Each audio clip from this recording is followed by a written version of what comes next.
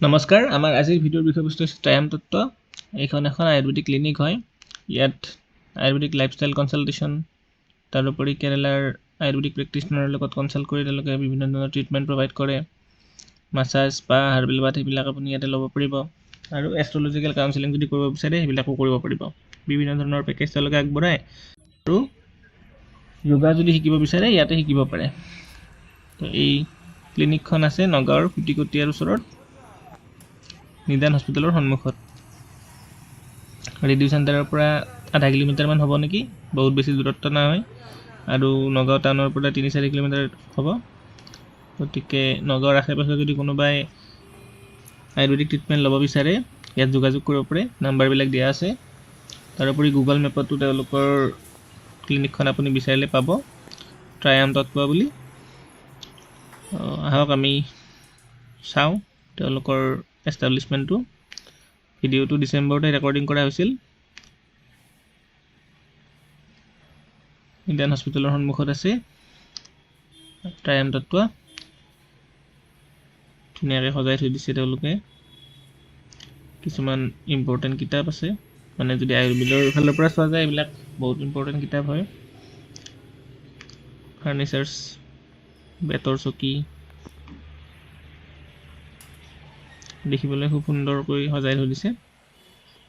কেইটামান টাব আছে, মাটি ভৰোৱা আছে, এতিয়ালৈকে একো লগোৱা নাই।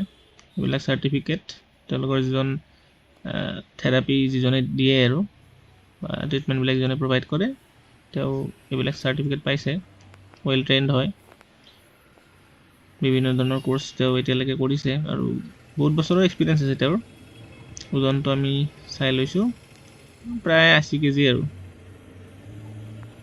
অলপ বেছি বুলিয়ে ক'ব লাগিব। এইটো ৰুমত থেৰাপিবিলাক দিয়ে। ধুনীয়াকৈ বেচিনটো আমি দেখিছোঁ, গ্লাছ আছে। তাৰোপৰি খোৱা পানীৰ ব্যৱস্থা আছে, ৱাছৰুম,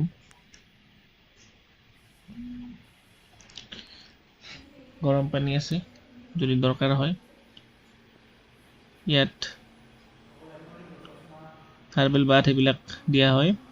তো তাৰপিছত যদি কোনোবাই গাটো ধুই ল'ব বিচাৰে ধুনীয়াকৈ ধুই ল'ব পাৰিব ৱাছৰুমত। আৰু এই বাকচটোৰ ভিতৰত মই সোমোৱা নাই, কিন্তু ইয়াত চাগে ষ্টিম বা তেনেকুৱা কিবা থেৰাপি দিব, মানে ইয়াত বহি পেলাই ষ্টিম দি দিব। মই মোৰ মাৰ ট্ৰিটমেণ্টৰ কাৰণে গৈছিলোঁ ইয়াতে। পেচেণ্ট যিগৰাকী আপোনালোকে দেখিলে মোৰ মা হয়, আঁঠুৰ বিষ হৈছিল।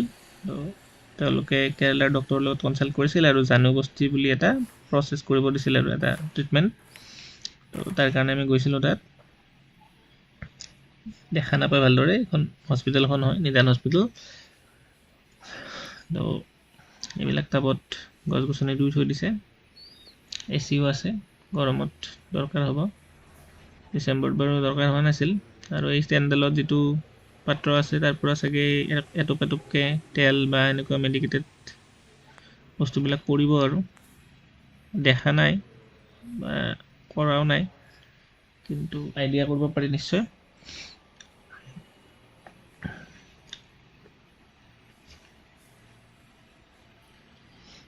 এইজন সেই থেৰাপিষ্ট, আয়ুৰ্বেদিক প্ৰেক্টিচনাৰ।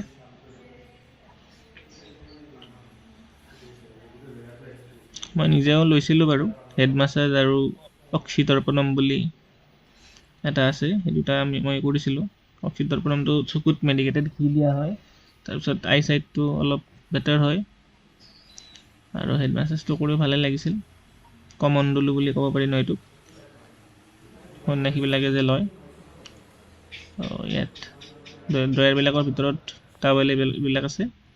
তো যদি আপুনি ঘৰ আশে পাশে যদি আছে আপুনি আৰু আয়ুৰ্বেদিক ট্ৰিটমেণ্ট কিবা আপোনাৰ দৰকাৰ আছে ইয়াত যোগাযোগ কৰিব পাৰে। মায়ে ভালেই পাইছে বাৰু, তেওঁলোকে ট্ৰিটমেণ্টটো কৰিছিল আৰু ঔষধ কিবা কিবি এনেকৈ দিছিল। তো ইউজ কৰি মায়ে ভাল পাইছে আৰু মই নিজেও পাৰ্চনেলি ভালে পাইছোঁ। ভিডিঅ'টো আকৌ প্ৰথমৰ পৰা প্লে' হৈছে, আশা কৰোঁ ইনফৰ্মেটিভ হ'ল। আৰু কণ্টেক্ট নাম্বাৰ ইয়াত দিয়া আছে, যোগাযোগ কৰিব পাৰে।